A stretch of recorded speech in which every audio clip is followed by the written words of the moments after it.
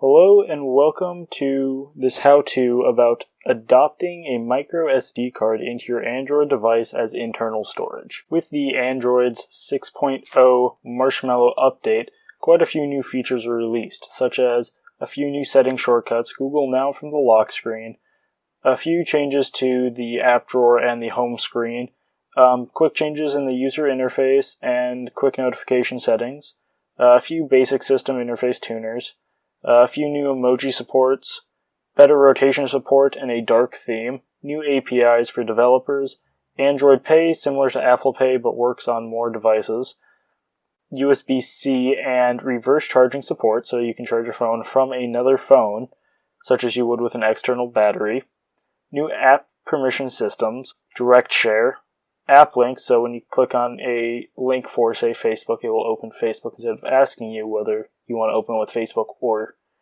the built-in browser. Monthly security patches, new device encryption, and most importantly, microSD internal storage support. Adaptable storage or internal storage support gives the user the potential to use a memory card as internal memory instead of external memory, which is a huge bonus to anyone who doesn't have enough built-in storage. If you have a 16GB phone or even a 32GB phone and you're running Marshmallow and you're running out of space, whether it's for pictures or music like myself, you can follow a simple process to adapt the external storage or internal storage and use it to run apps directly off of that. Before getting started, you need to make sure you have a microSD card that you want to use as internal storage, but you also have to make sure said card is fast enough. The card that's on screen was the card that was in my phone before the Marshmallow release, and while I did format it as internal storage, I did get the warning saying that it was not fast enough, and that they recommended using a faster card, such as the one that is on screen now. So adopting a microSD card as internal storage is a lot easier if you don't have a microSD card already in your phone. Because if you do, you need to be able to pull the information that's on that SD card off before you format it if you want to keep said data, whether it's music or pictures.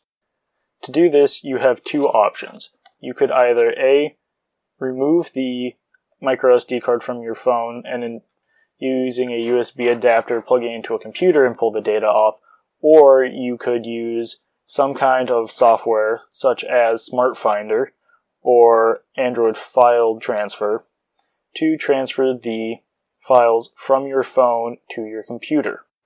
In order to do this, you need to enable developer options.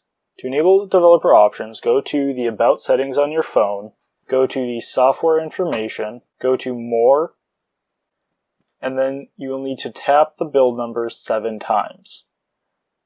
This will enable developer options on your device. With developer options now enabled, go to the developer options tab and turn on USB debugging. And then also change the USB configuration from charging only to MTP. All files that you wanted off your SD card, if you had one, should be now off your SD card, and you should be ready to format your microSD card in your Android device as internal storage. To do this, go to your Samsung SD card and tap on it in the storage settings, and then go to Format as Internal, and then it'll go Erase and Format in the bottom corner. Click that, and then it will format your microSD card. This process will take anywhere from a few seconds to a few minutes depending on whether or not you had files on the microSD card beforehand and the size of the microSD card.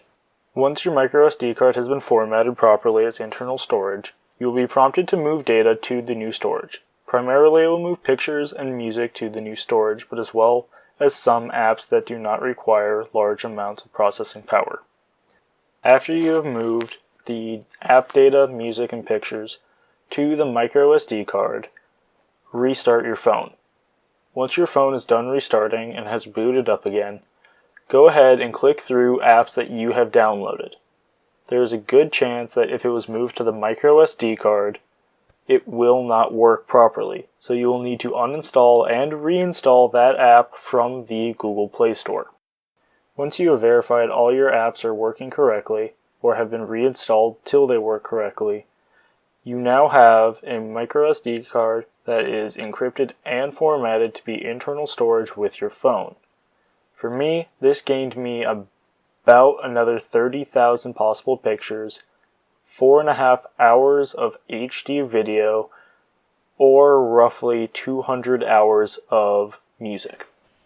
Thank you very much for watching. Please leave a like if this video helped you, or leave a comment if you're confused about something I did. Have a great day.